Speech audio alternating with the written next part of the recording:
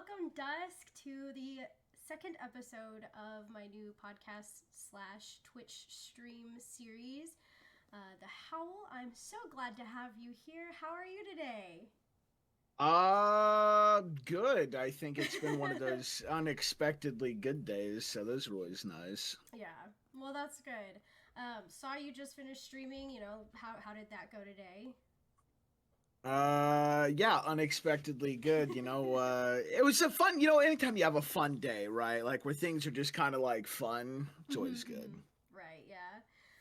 So thank you again for joining me on this new series that I'm kind of starting. I'm really excited to have you on. I know you and I met through a mutual friend. We met through Scrooge, not Scrooge, Super Judge. And I know. Oh yeah, yeah, Yeah, yeah, yeah, yeah, yeah. we played Hunt Showdown together. Wow, yeah. I got that gnarly clip of you The deciding knuckles, yeah, to just knuckle dust a guy. Oh my god. Oh, I went back and I watched that clip earlier this week just to remember. Oh my god, me screaming. I'm like, oh my god, you madman! He had a shotgun. Was it a Spectre? I don't remember if it was a Spectre or Caldwell. And I was like, this man's just gonna die. You just dodged his shots and then knuckle dusted him. I should have been dead. I should have been dead. Oh, now I'm crying because I'm laughing so hard thinking about it. Have you been playing much Hunt lately? Actually, I picked it back up recently Okay. and doing more absurd stuff. My favorite build right now is double recurve bow with throwing axes. A lot of people have been rocking the bow lately. I am not one of those people. I'm horrible with the bow. I think I just don't have the confidence for the bow, but I love seeing people just go hard with it. It's very satisfying when people get kills with it.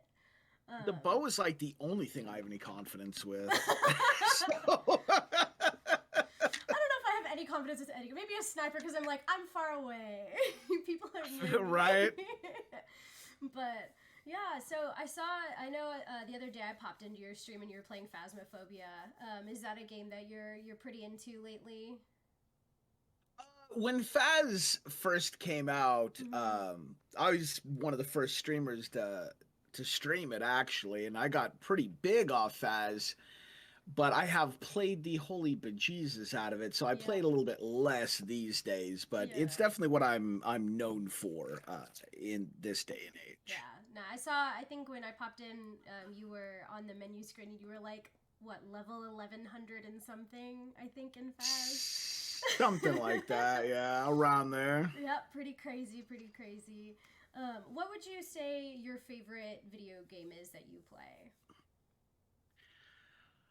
Oh God, that's hard to say. Like that always changes. I'm so ADHD about things. Like my favorite video game will change by the end of the day, you know. Right, So I think right now, I'm in that loop where the game I want to play the most isn't out yet, right? Okay. So what game that you want to play what is that game then? I'm kind of up in the air. I've got four games I'm really interested in.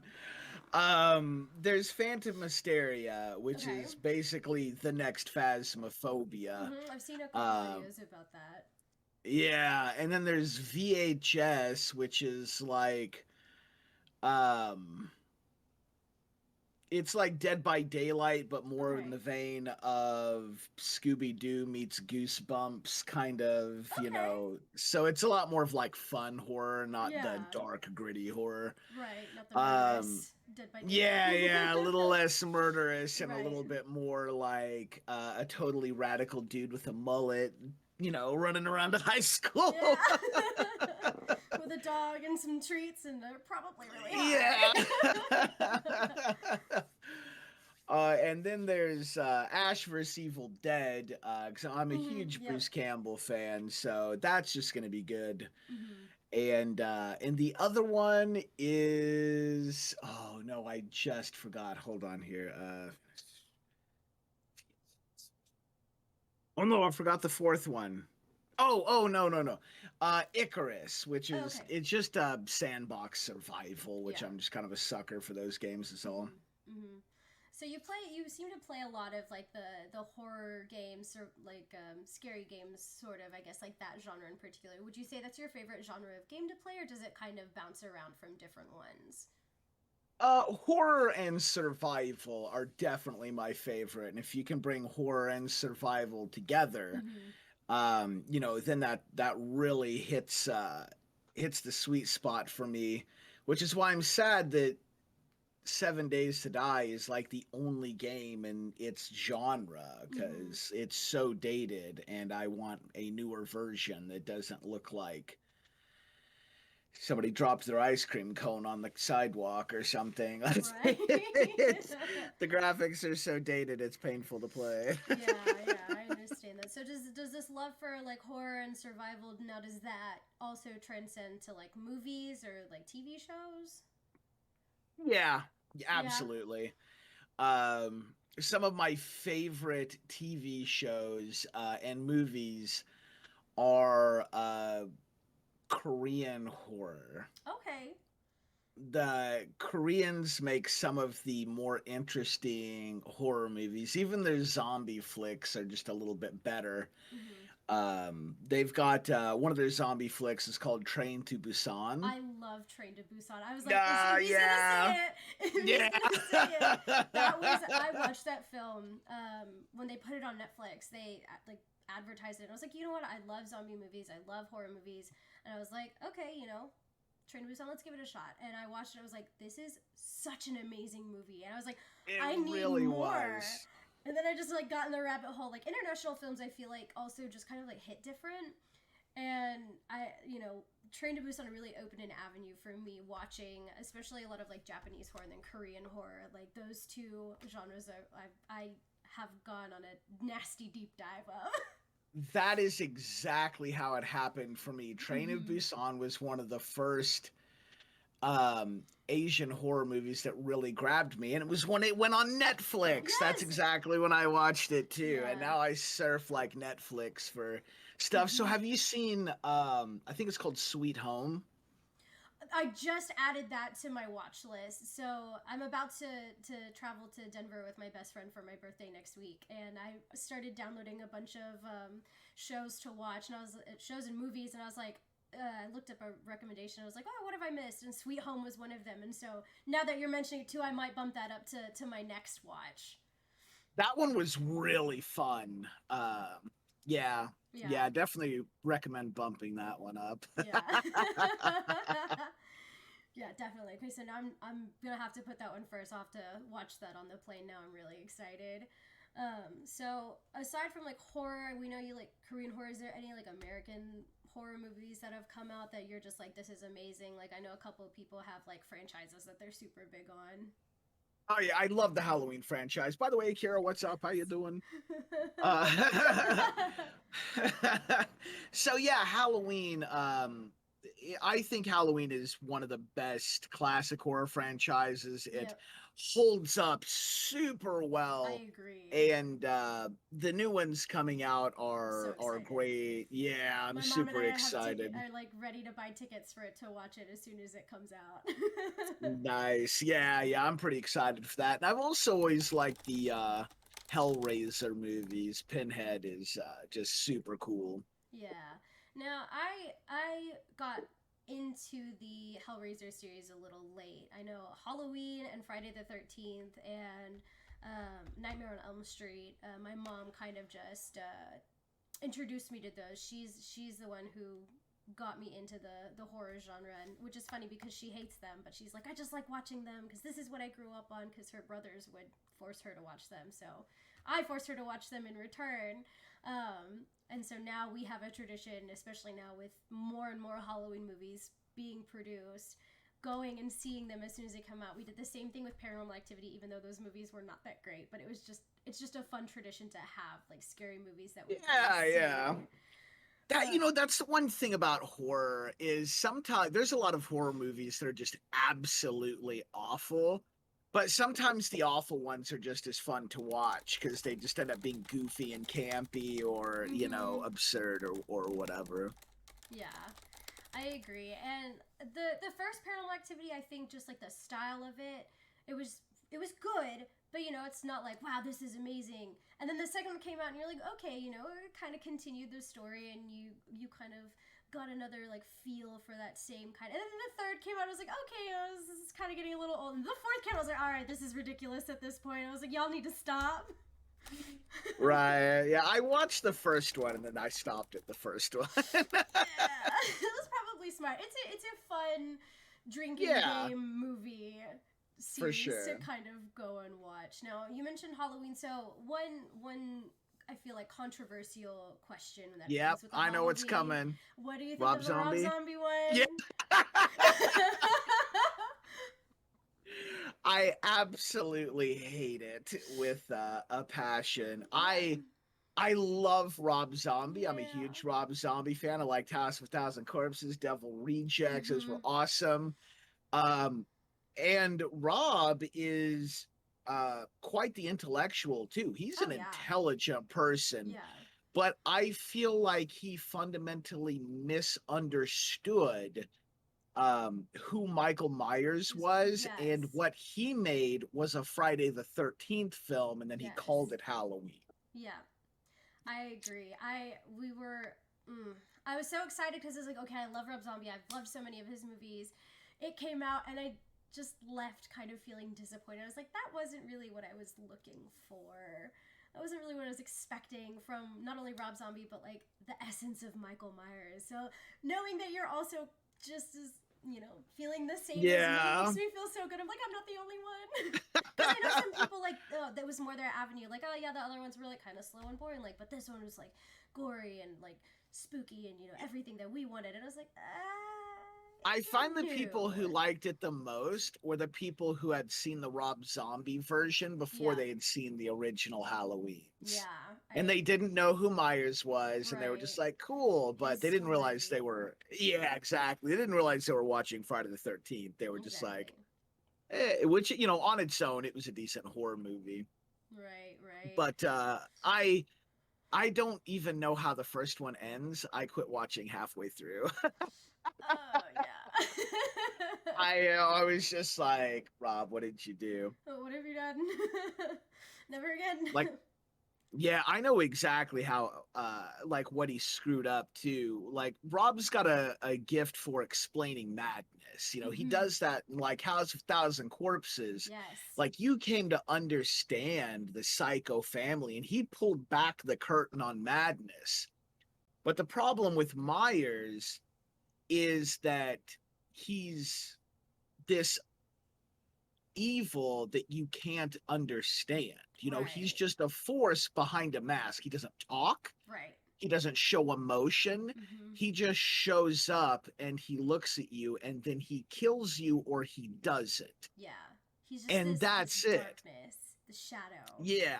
Yeah. And so when he did what Rob Zombie does, and when he pulled back and he explained away all the, you know, the mystery, and he's like, he's a kid and he's, you know, had a terrible childhood, now he's a psycho, and that peeled away everything that Myers was and peeled away all the evil, and instead he's just kind of a messed up trailer park trash kid. Now he's just an escaped asylum patient at that point. Yeah, and there's no mystery or anything at that point. It's just, you know, chaos with a knife, and it's like, that's not Myers, that's not Halloween. Yeah, and I know, like, in a couple of the original films, they did kind of hint at, like, his, you know, he had a troubled past, he was admitted, but of course, you know, escaped and everything. I'm trying to remember which one. I don't remember if it was H2, it might have been H2, it's been a while since I've watched them. It's that time of the year I'm about to rewatch them all again. Yeah. So he was admitted in the very first Halloween, because he was, when he was like 6 years old, he just murdered his sister. Yeah. And that's what landed him in the asylum. But of course, as a 6-year-old, he was just already he was just born evil. Yeah. No reason, no rhyme to it. Yeah. Now, is there a horror movie franchise that you just can't stand? or even just a Uh, standalone film? I mean, some really, really old ones, but it's probably not fair because of how old they are. But like, I'll watch some goofy, campy ones just for Hmm. fun. Like there's one I think it's called Lumberjack. I don't remember, but it was like a killer lumberjack, and he had a little radio flyer wagon that he carried around these giant, oversized pancakes in, and it was super stupid, but I enjoyed that one. But anyway, just because it was so stupid. But I could not love Killer Clowns from Outer Space. Oh God. It's so bad. Like it was too much even for me. I was like, I kind of hate this. I think I gave it about And 5 minutes of my time, and I was like, nope. uh, So and knowing yeah. knowing you love Michael Myers and especially all these scary movie games, and I know you play Dead by Daylight. Who would you say your favorite killer on Dead by Daylight is? Oh God, like to play or the license. We'll do both. So we'll start off with what's your favorite to play? Um, Favorite to play historically has been just the Trapper, The because Trapper. he's Dead by Daylight has a lot of just kind of like hold the W key down and press M1 to Mm-hmm. chase your survivors, but Trapper's a little bit more cerebral. He has to think and be diabolical and set traps up Mm-hmm. and trick survivors into running away from him to run into traps, and so I kind of enjoy that. He's really weak at high level play, but I've still kind of enjoyed that. Now he's got buffs coming, so I'm super excited. Yeah. Um, but of course, Myers on the license side. I don't enjoy playing Myers as much, but I loved when he got put in. When he first got put in, he was the first actual scary killer because we weren't used to a killer that just watched you. Yeah. He was, everything was like still very high Mm-hmm. octane and a lot of chasing and M1. And, this was back in the day when people weren't very good at Dead by Daylight yet, Mm-hmm. So, we had face down in the generator. People weren't looking around. So you only looked up every once in a while. And when you were working away on a generator and you looked away and there was just Myers staring at you, it was Yep. just like the most terrifying thing Yep. ever. So Just like those that chills you was, get in real life too. You're just like, oh yeah, God. yeah. So like I love that. But of course he's been in the game so long now that he's kind of gotten a little stale feeling. Mm-hmm. And of course my next favorite franchise is Hellraiser, and Mm-hmm. they've got Pinhead now, so absolutely love Pinhead. I hate playing against Um him though. It's awful. he's crazy. Ugh, Like he can do he can do so much. yeah. Just the chains get really annoying. I'm like, oh, these goddamn chains. I was like, get them off me. Some survivors can get rid of them almost instantly, and I Mm-hmm. don't know how they're doing it, or I would give you some tips. I But literally I just hold don't down know what they're M1. doing. I literally just hold down M1. I'm like, nope, not dealing with this. As soon as I see those stupid like blue circles in the corner, I'm like M1. I was like, I'm not dealing with it. Now, okay, so let's move away from video games for a hot minute. So Sure. life. Now, I know you have this persona, Dusk the Viking. Where did that come from? Uh, God, talk about a slow evolution. So I went by Dusk forever, which is the username I picked up in StarCraft Oh 2 wow. Uh-huh. way back in the day. And I picked up that name because I was a huge Day 9 fan, which was a big Yep. StarCraft Mm-hmm. personality. And he told this story about how he came up with his name. And he wanted something one word and simple and punchy. And so I'm like, yeah, I'm gonna come up with a simple name. But I liked the Zerg, which are kind of dark and evil. And so I'm Mm-hmm. like, oh, they kind of come out at night. And Mm-hmm. of course I kind of like the horror stuff still Mm-hmm. back in the day. And Yeah. and Dusk just kind of, he came in there. I was like, yeah, this feels right. So then I ran with that, Mm-hmm. and just went by that for years. Got into streaming finally and horror, and I was a Dead by Daylight streamer, and it was Dusk underscore horror. and you know, because I couldn't think of anything else, right? Right. Not very imaginative at the time. Yeah, yeah, yeah. So, you know, down the road, got into Hunt Showdown, all that stuff, and I did not have a beard at that time. I was Okay. mostly clean shaven, right? Mm-hmm. And somebody was like, "You should grow out a beard. Try growing out a beard." And I was like, "Okay." And I was thinking, I'm like, if I'm gonna grow out a beard, I want to put braids in it, and like Yeah. really go all out. So I grew it out and I put braids in it, and they're like, "Wow, you look like a Viking." I was like, "I do look like a Viking, don't I?" And then it was just kind of born from that, just a kind of just random happenstance, you know. Okay, okay. So you haven't always been known as Dusk the Viking. You've also been known as Dusk_horror and just Dusk. And Okay. just dusk, yep. So the evolution of the Viking. Interesting. Very fun. I do love the beards. I love the beard. It's so much fun, and the atmosphere you have on your stream is so much fun too. Now, do you have, I know you previously when we were getting ready to start the stream, you mentioned your daughter. Do you also have a wife? I nope, divorced these days, and Okay. got too busy with being a dad, and never really got back out there. So That's fair. Yep. I know a lot of people can relate to that too. So, you know, no big deal. Everybody rocks their own boat. So, yeah. what does your daughter think of the whole Viking beard? Oh, she really likes it. She never thought, and I used to have like short. Well, I would grow my hair out and cut it and grow it out. She never liked when I had short hair. And she always liked the beard. When I started growing it out, she was like, "Yeah, I like the beard." And I did shave it off one time, and she was like, Nope. "No, no, you look weird. Don't do that anymore." So Right. yeah, she digs it. Yeah. Okay. Very cool. Very cool. So I see you're also wearing an AC/DC shirt. Are you a good, like, big classic rock fan? Just kind of, I think rock in general. Favorite rock. band, Nine Inch Nails, Okay. like Ramstein, Marilyn Manson, all that kind of stuff. A little bit more My of the grungy metal. yeah. My daughter actually likes the classic stuff more than I do. Like, she likes Queen. Is one of her favorite bands. She's a big Beatles fan. She loves the Beatles. Like, she really likes the classics. It's her jam. That's very cool. Very cool. Does your daughter also game, or does she have her own other interests and hobbies?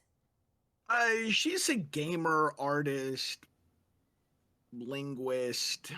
Okay. She's kind of all over the place. Yeah, she trying to find her path in life.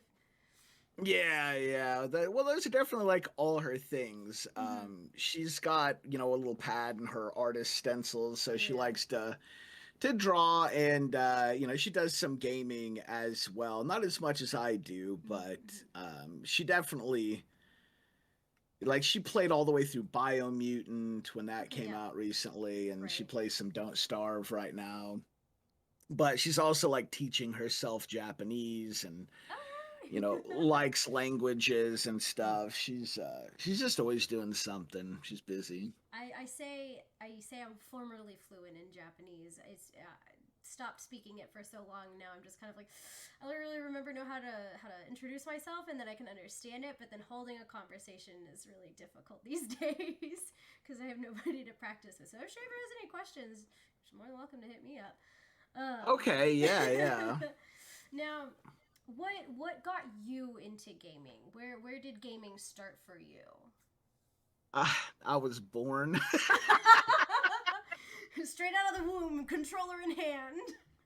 Pretty much, like, ever since I can remember, you know, I was playing 8-bit games. Like, I don't remember what I did before video games, honestly.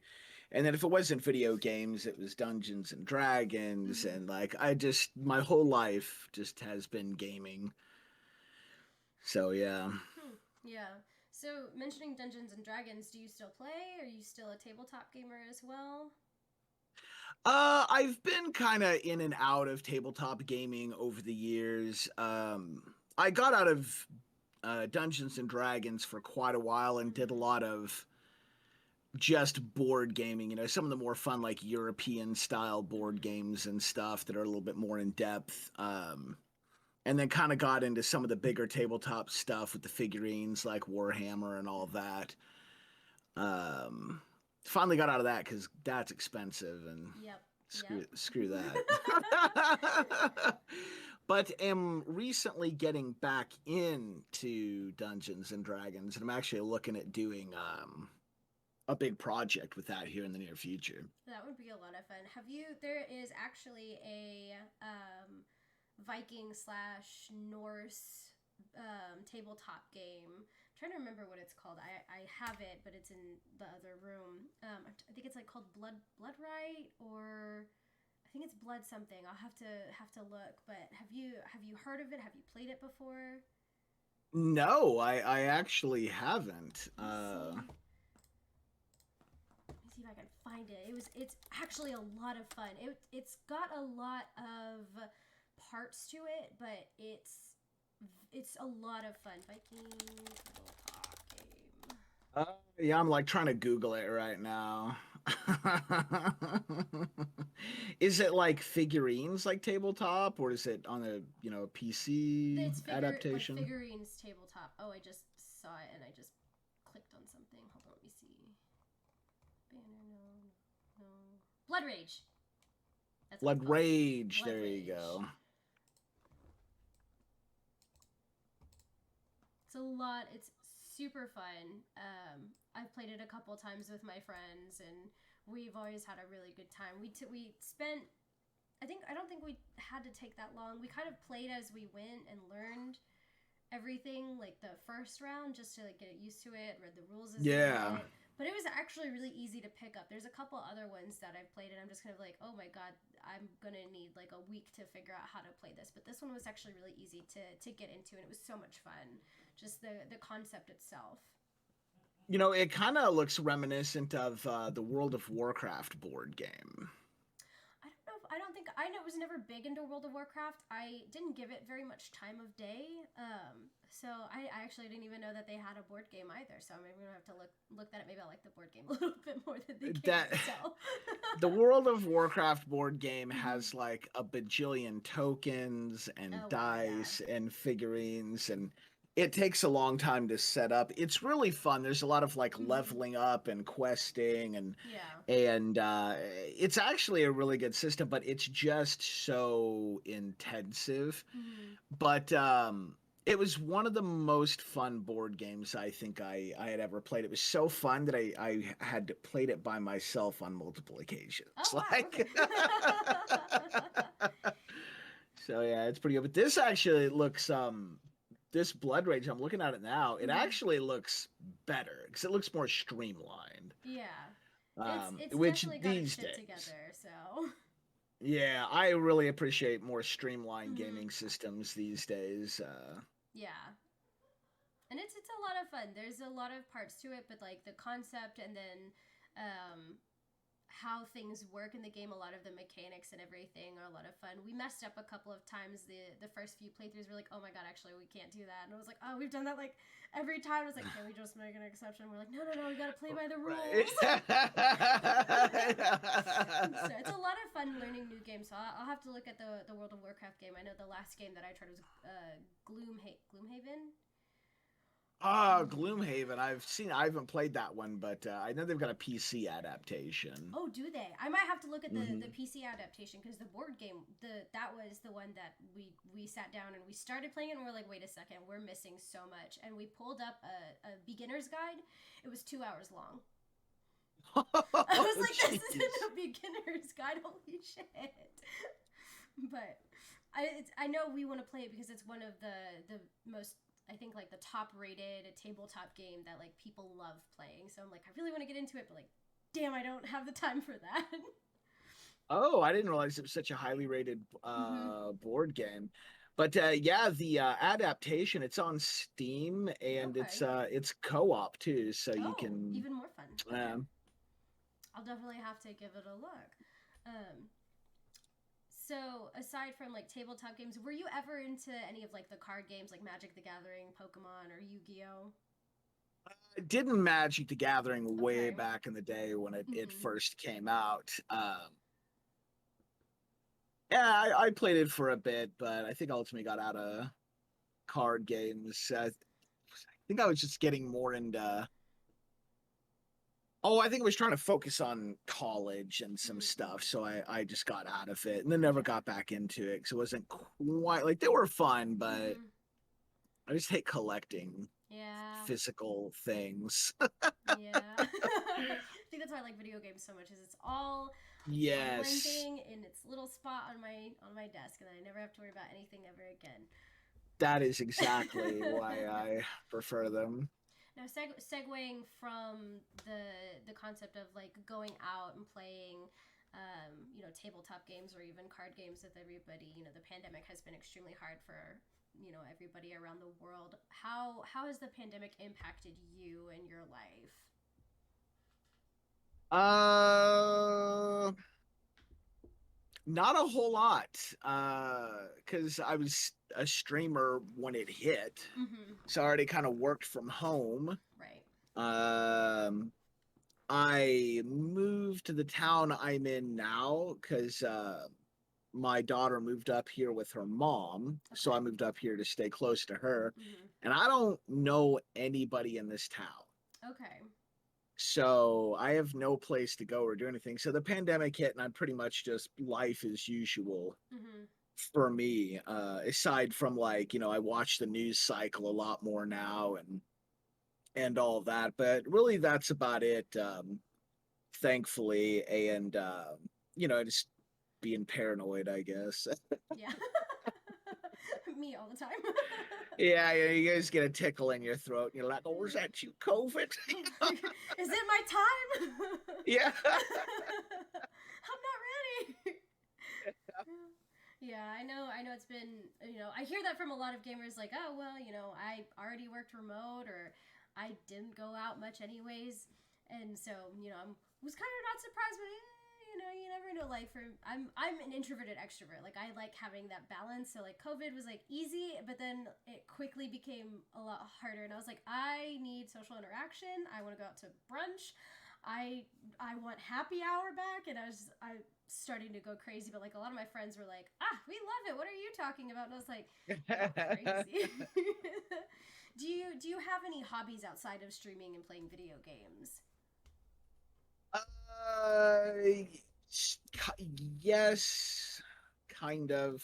I mean, over the years, I have. Mm-hmm. Um, I used to do like SCA fighting, which, if you're Okay. familiar, it's like go out, make armor, get wooden weapons, and learn how to fight with stuff. I did that for years. That was a big hobby. Really channeling that Um, Viking in you. yeah. So there's that. But one hobby that has kind of stayed consistent with me over the years, and it's more of like a really low-key dabble hobby. But I low-key kind of hobby as an engineer. Okay. Uh, on the side, I rarely get to ever build much because you really kind of need Yep. a workshop to do things. Mm-hmm. But I did try and build something recently, and it didn't quite turn out because I was trying to build it on too small of a scale, and I was like, I'll just build like a really flimsy version of it, but it was way too flimsy Mm-hmm. and didn't work. So I may So try again sometime. when you say engineer, what kind of engineering? Like metal I or like models or like architecture? More like, yeah, like gears Okay. and kind of like physics and stuff like that. Mm-hmm. So I've looked at water wheels a lot because that's always really interesting design. Mm-hmm. And I look at gravity, and gravity works a lot like a water wheel, like on a water mill. Mm-hmm. If the wheel on the side of the water mill was completely submerged underwater, right? Right. Because you can't make gravity happen on one side. It's always on that. So that sparks some interesting thoughts because then you're like, well, you can make a water wheel, you Mm-hmm. can completely submerge it and still make it work. if you hinge the fins so that they stand up on one side, but as they go under, the direction of the hinge will cause them to fall flat. So you get leverage on one side, not on the other. Mm-hmm. And you can apply that to gravity and make sort of a gravity mill. Um, and then you could also apply that to the tides in the ocean if you wanted to make a power source for that. But instead of a water wheel, you'd make it like a big tractor tread, like the metal tractor treads, Right, but right. put fins on it like you would have on a water wheel. And again, you make them directional. So when the tide comes in, it flips them up, turns it. When the tide goes out, they fall flat and it doesn't turn it when it goes back out. So, you could make tidal water mills that would actually generate a fair bit of power without having almost any effect on the ecosystems, really. So, just fun little stuff like that is kind of I kick around. Okay, okay. Well, that's interesting. That's And hi, way Ducky. more.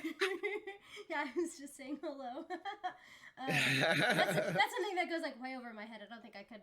I don't think I could ever do something like that. So that's really cool. That's very very neat that that's something that you've always had an interest in and kind of made a hobby about that. So it's really neat. Have you ever stream anything that you've ever made or created? I have not, because like there's two scenarios. Either I'm going to make something and it's just not going to work and it's going to fall Mm-hmm. apart, or I am like the one time I do create something and it actually works, Mm-hmm. then it's going to be like, oh crap, I just showed everybody how to make this and I'll have a patent on it. So patent it first and then show stream is what you're saying. Yeah. If I ever did come up with something, I would patent it first and then I would show it off. Okay. Well, interesting. Is there something like a hobby that you always like wished that you could pick up or that you just wished you were better at?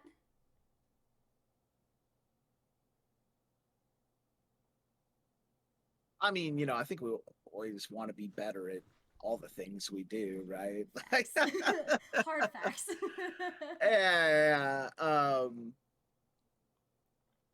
I feel like I kind of do everything I want to do for the most part. I can't always dive into things I want to do as well, like the engineering stuff, because you're limited by money and stuff. Right, right. But for the most part, I can at least like look into science, watch uh like Vsauce videos and there's it's still kind of like fun even if you're limited on stuff. But as far as like things that I really wish I was better at, Mm-hmm. I feel like my whole life I've always struggled with communicating what I'm thinking very well. Mm-hmm. It's I feel like I struggle to communicate my thoughts a lot, because if I really get my thoughts out, I spend like half an hour over explaining stuff. You just kind of get in that rut of explanation. Yeah. So Yeah. it's kind of a struggle. Like I wish I was better at explaining my thoughts. Okay, yeah. I get that. I get that. I'm kind of the same where I just kind of like keep going and I'm like maybe I should shut up. Which is not good at Like work either. I'm like I need to stop talking. like half an hour goes by and you still haven't actually said anything. It's just Exactly. words. Exactly. It's just at this point, this you can tell like the person's like eyes glassed over, and there's like there's a little bit of drool coming out. I'm like, I've overdone it. Now, has there been an inspiration for you when it comes to streaming and kind of like creating the content that you do create, or has this just kind of been like solo dolo? Yeah, mainly solo. I think early on, my first big thing that I wanted to try and break into was actually esports. So I Mm-hmm. played my guts out on StarCraft 2 and was a pretty high end player, almost Master League, and up there. But I just couldn't quite break through to the top to be good enough to be like to break into esports or anything. Mm-hmm. So then like I transitioned to League, and I'm like, oh, maybe I'll try this YouTube thing out people are doing. So I'd make some videos, and they're some of the worst videos probably on YouTube. Like they were awful. Like I didn't really know what quality or bit Mhm. rate was. So, Mhm. I these videos are like 240p and grainy as shit. Oh, Yeah, and you know, it, instead yeah. of having like like the videographers who instead of doing it landscape they do it the long vertical, and then you're just like I can't see anything. Yeah, yeah, yeah, yeah. Yeah, interesting. Yeah, I know. You know, thinking about doing esports for me, any of the games that I play, just I don't think I could I ever like the fact that you even got to a point where you were like a good and top tier player, like just astounds me. Like that's super fascinating and something that like I admire, because that's not something that I can do, because I don't like the stress of ranked in any game. I don't like the stress of having to like really do that. Like I play video games to relax. My blood pressure's not finna go through the ceiling. It worked well for me though, because I've got that Mm-hmm. engineering analytical thing, and it Yeah. gives me something with an absurd amount of depth that like. It gives my mind something to chew on, so it's Mm-hmm. almost kind of at times therapeutic, but Mm-hmm. it's so Yeah. time consuming. Yes, it is. You have to So devote a lot of time. yeah, yeah. Question for you then, what got you into to streaming and all this then? Like that's such a good question. Nobody's ever asked me a question, so this is new. Um, for me, when it comes to streaming, I actually I loved watching Markiplier play video games. He was one of the first few people that I watched consistently growing up. And Same here actually. and I was just like, I love playing video games. Like maybe someday people will be interested in like watching me play video games. I suck at video games, so nobody really wants to watch, but like I try and also just have like a fun personality, and like a part of me was like, oh, maybe I can be a part of like communities and stuff and just like build people up and just have people to play games with. Like, I don't like playing a lot of solo games, or I don't like playing like in Hunt Showdown. I like playing quick play. I don't like playing by myself. I hate solo video games. It Which is ironic because my favorite video game of all time is Okami, which is a solo person video game, but I also love wolves, so I made the exception. Uh, but I just sort of sat down one day and, upgraded my PC and got all of the stuff I wanted to start streaming on Twitch. And I mean, I played video games all my life. I played video games since the first console that I got a Nintendo 64, I believe, and the Atari joystick. I played with my parents, and then I think the first actual video game that I remember playing through um, was Spyro the Dragon with my sister. We would play it together because I was just old enough that my parents would let me touch the expensive things, but I had to do it supervised. So it would be like I would get 10 minutes, and then my sister would be like, okay, it's my turn. And then she'd get 30 minutes, and then I wouldn't have any concept of time. But video games have always been a huge part of my life, and I kind of just wanted to share my passion, my love, and just have fun vibes in general. Yeah, yeah, yeah. I tell you what, I study Markiplier a lot because I really like him as a content creator, and of course, being one of the first ones that I ever just like watched a lot Mm-hmm. myself. Yeah. Um, he doesn't really do a lot of high-end, high-skill gameplay either, aside from like his Five Nights at Freddy's stuff where he's the king. Yeah. But he just kind of like goofs off and has fun himself. So, Mm-hmm. and he's done quite well for himself. So, He has. He really has. And I think also another part of I me being me, I was like, this guy's really cute. I like watching him because he's also really cute. He's cute. He's funny. I was like, I want a boyfriend like that. So all my life I it's had a crush on Markiplier. So if he ever sees this, hi, sorry. all right. So your reason for watching Markiplier was a little different A than little mine. different. I mean, like like the game. I was there for the gameplay and the content, and he was funny. But him being cute was a plus for me too. So, you know. Fair enough, though. There's been a couple of YouTubers. I just started getting back. I started expanding, I guess, who I watched during COVID and everything. Duck says you had a man crush on him I too. saw.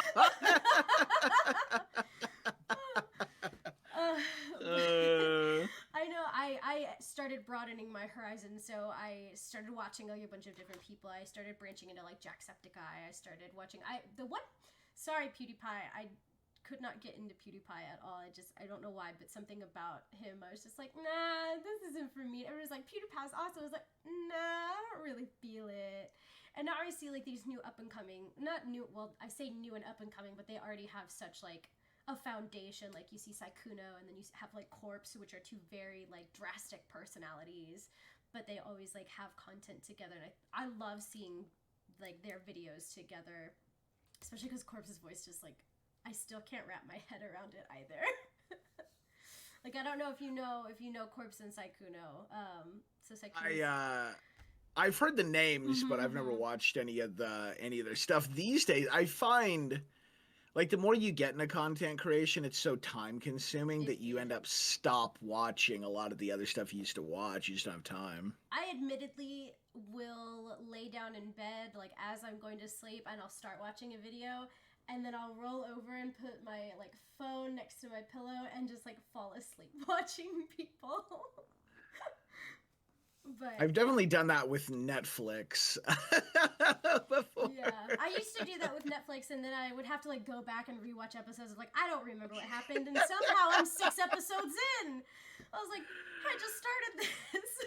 What did I miss?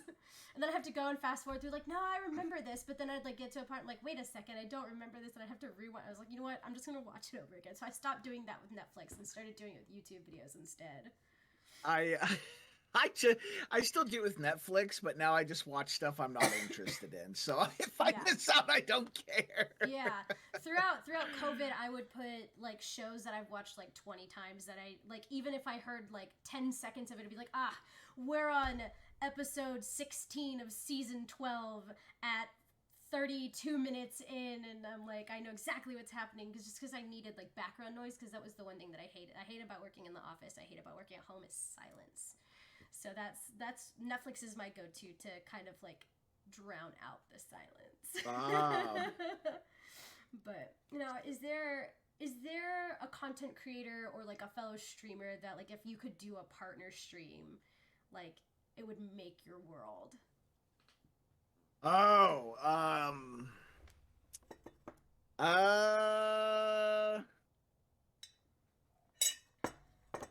I mean, I guess the cheesy answer is like Markiplier, I guess, like, because like he's really big, so it would be like, oh man, he's huge, but he's one of the few that are that big, but I still feel like he's pretty grounded and wholesome, and you know, he's still like a really good person. Ducky, get out of here. Ducky, Jesus Christ. Man crush.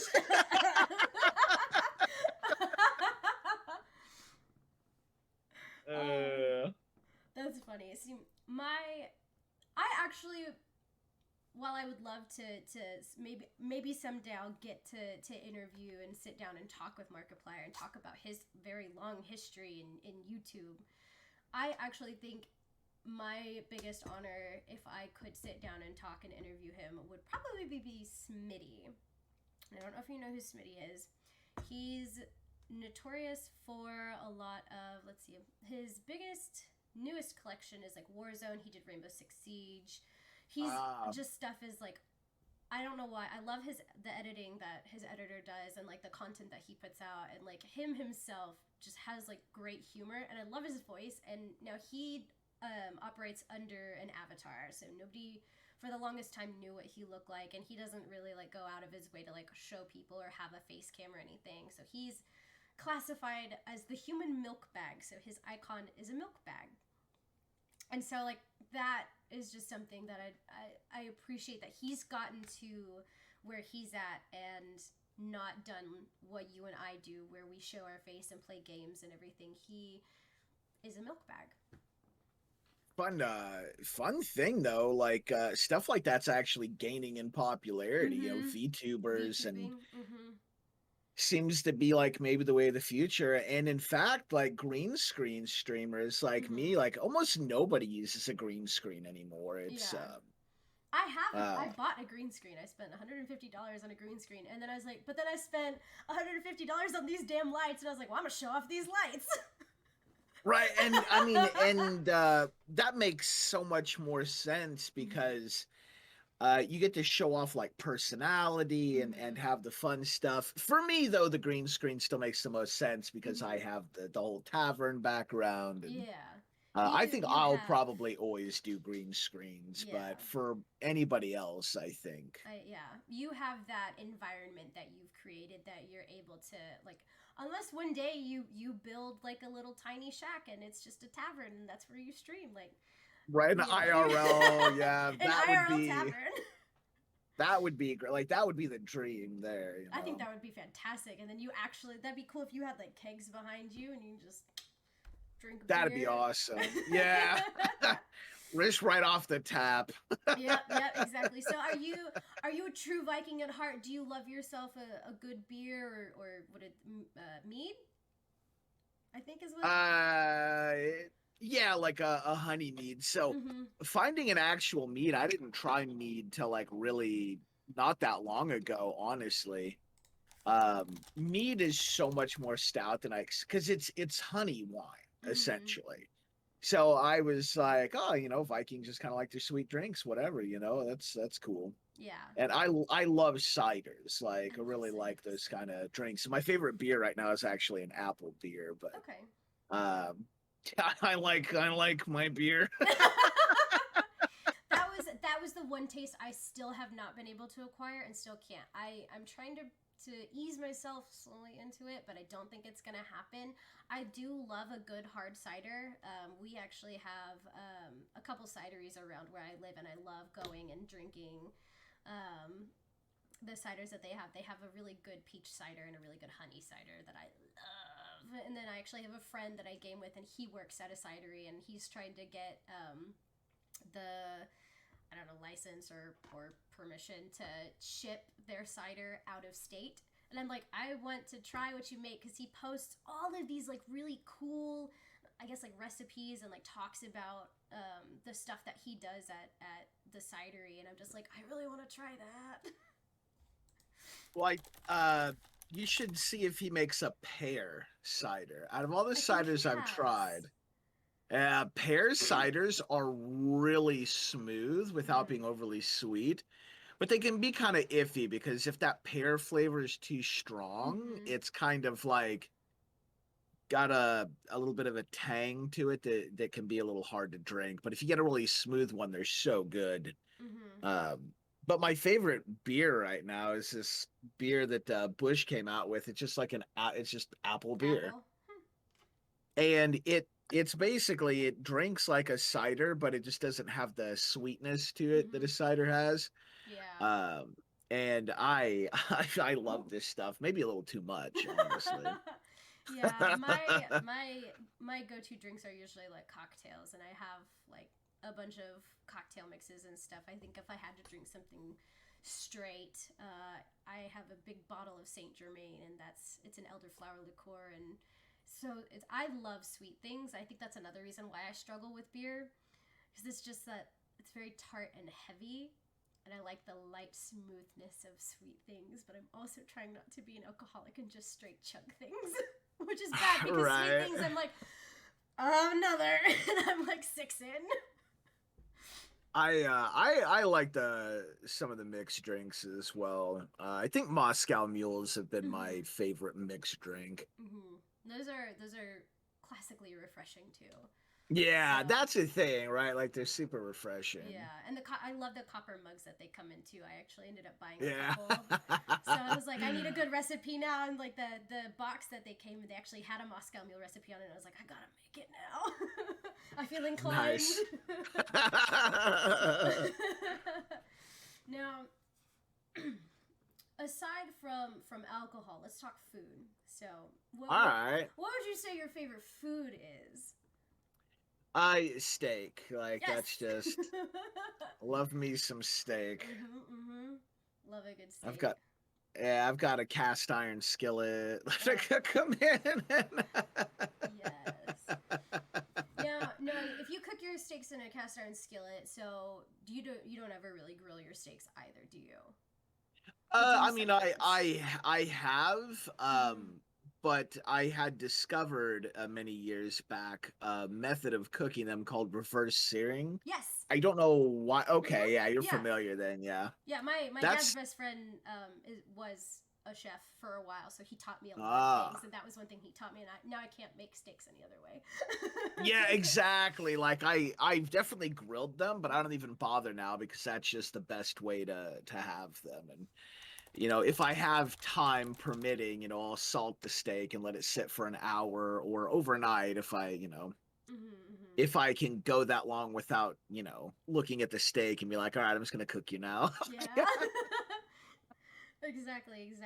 No, so if steak is your favorite, now if you had to pick a category of food like Asian, Italian, Spanish, whatever, what would you say your favorite, I guess, genre Oh of God, food it's a toss up between Asian food is? and like Tex-Mex. Okay. I respect that. We love a good Tex-Mex. Where, if you don't mind me asking, where do you live? Missouri, You live? Oh my actually. God, you live in Missouri? Yeah. I live in Arkansas, right below you. Oh, Oh my God, nice. we're state neighbors. State neighbors. Hey. Now, if you ever find yourself going to Texas, I know they have one in Dallas, and I know they also have one in Houston. Papacitos is some bomb ass Tex-Mex, and I love it. Their Right fajitas on. are top notch. So juicy, so tender. 12 out of 10 would recommend. Texas, you need to go just for papacitos alone. Right on. Yeah, fajita. I love fajitas and Mhm. anything spicy, which is why I Mhm. like Asian food for the like the general chicken and just the Mhm. spicy chicken dishes Mhm. really. Yeah. Um yeah, I like anything spicy. Okay. That's where you and I are opposites. I can't do spicy. I get something spicy, it's just tears, and I'm like, Ah, yeah. exactly. So okay, we'll segue back into video games, and we'll go ahead and start wrapping this up. But now, how long have you been streaming for? A little over 5 years now. 5 years. Wow. Did you ever expect that you would get the following that you have? Uh yes, because I was begrudgingly determined to make it happen one way or the other. Mm-hmm. And I finally blew up in 2019. Okay. So pretty Wait, recent. no, 2020. Yeah, Oh it wow, was even more 2020. In recent. fact, yeah, it was super Mm-hmm. When recent. Phasmophobia came out. Um, yeah, Phasmophobia Okay. came out. Um, but yeah, it was like I kept like not like I had a decent size, but it was kind of like would then die off and Mm-hmm. and so for like all of 2020 I was just in hardcore research mode and I was just analyzing everything and trying to be like, okay, what are the tricks? What's the Mm-hmm. formula? What's it? Because it's not just you hear a lot of people say, got to get back to the grind and put in the grind Mm-hmm. and all this stuff, and that's all a load of crap. There's no Yeah. such thing as the grind. In fact, most of the things that I would say 90% of streamers do is a complete waste of time. It's Mm-hmm. all garbage. Mm-hmm. So I figured out how it all worked, and then Phasmophobia came out, and I was like, "That's the one. Let's go." Mm-hmm. And it Yeah. was history after that. Yeah. A part of me regrets not committing to streaming a bit more when Phasmophobia came out because I love scary things. I hate scary games, but I wanted to play Phasmophobia so badly. And I'm a wimp. And like the second, the the first time I played, the second I heard that ghost go, and I was like, nope, I'm out. I was like, I can't do it. But I kept playing it because it was so much fun. And it was fun. And I love, like, every time my friends are like, oh, there's a new Faz update, I'm like, we gotta play. I was like, all right, guys, see you in 30 minutes. And they're like, all right. So I think that's one thing, you know, you jumping on, like, Among Us got a lot of people, like, really big, and Phasmophobia, you know, helped you just really take off, which is awesome. You know, I think there's instances where these things come through, and even then you still have been able to maintain that following with all of the games that you play too. I think that's probably the hardest part a lot of people face. It's it is and isn't the hardest part. Because like with the Faz boom, like just streaming Faz alone would not have blown up my channel. Right. It's, you have to understand the relationship between Twitch and YouTube, or Twitch and some other platform, because Twitch does not have a discoverability queue. They don't. And the leadership of Twitch, CEOs and all that, do not give a crap about their content creators. They don't care who's big. They don't care. All they care about is that they do have some big streamers and that they're generating money. And that is all they care about. Everybody else can get banned, can get caught up in copyright stuff. Like, they just don't care. Yeah. So you have to figure out how to find your own discoverability cues and then channel that, you know, into your stream.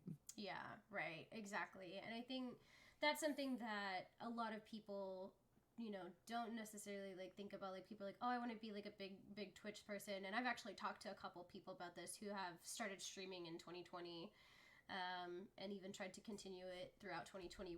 But it's like, you know, there is no discoverability. Like, there is no, like, you know, new people that they want to promote, because they already have, you know, the top streamers. You know, they have oh gosh, I don't remember, Tommy Innit, and, you know, all of those, like the top, I think, like the top 30, and the disparity, if you look at the Twitch statistics, the disparity between like the top 1% streamers and then everybody else is so drastic and extreme.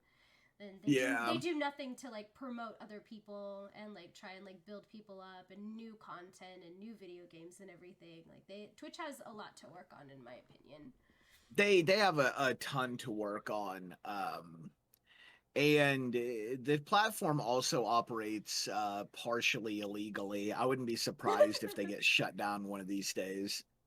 But yeah, it's really stupid, because Twitch, if they introduce a discoverability queue, could possibly double the size of their platform and they would make more money. Oh, absolutely. Because if you look at like TikToks and Instagrams and all these kind of like micro content sites are blowing up and really popular. People love that. Twitch has that content already on their website in the form of clips. All they have to do is make a section of Twitch with clips that operates like TikTok does, make that the discoverability queue, and they would bring in a ton of viewers and then give streamers a way to organically grow on their website. But they blinded by the short-term cash grab, so I don't think it'll ever happen. Yeah, I wish it would, or I wish a platform would come out that would actually be capable of competing with Twitch. But that's just, I don't think that's something that we can see, you know, at least YouTube is working on it. Getting there. They're trying. I see in another 2 years, YouTube starts to take over as the streaming platform. I think that would be incredible to actually see a solid competitor come for Twitch.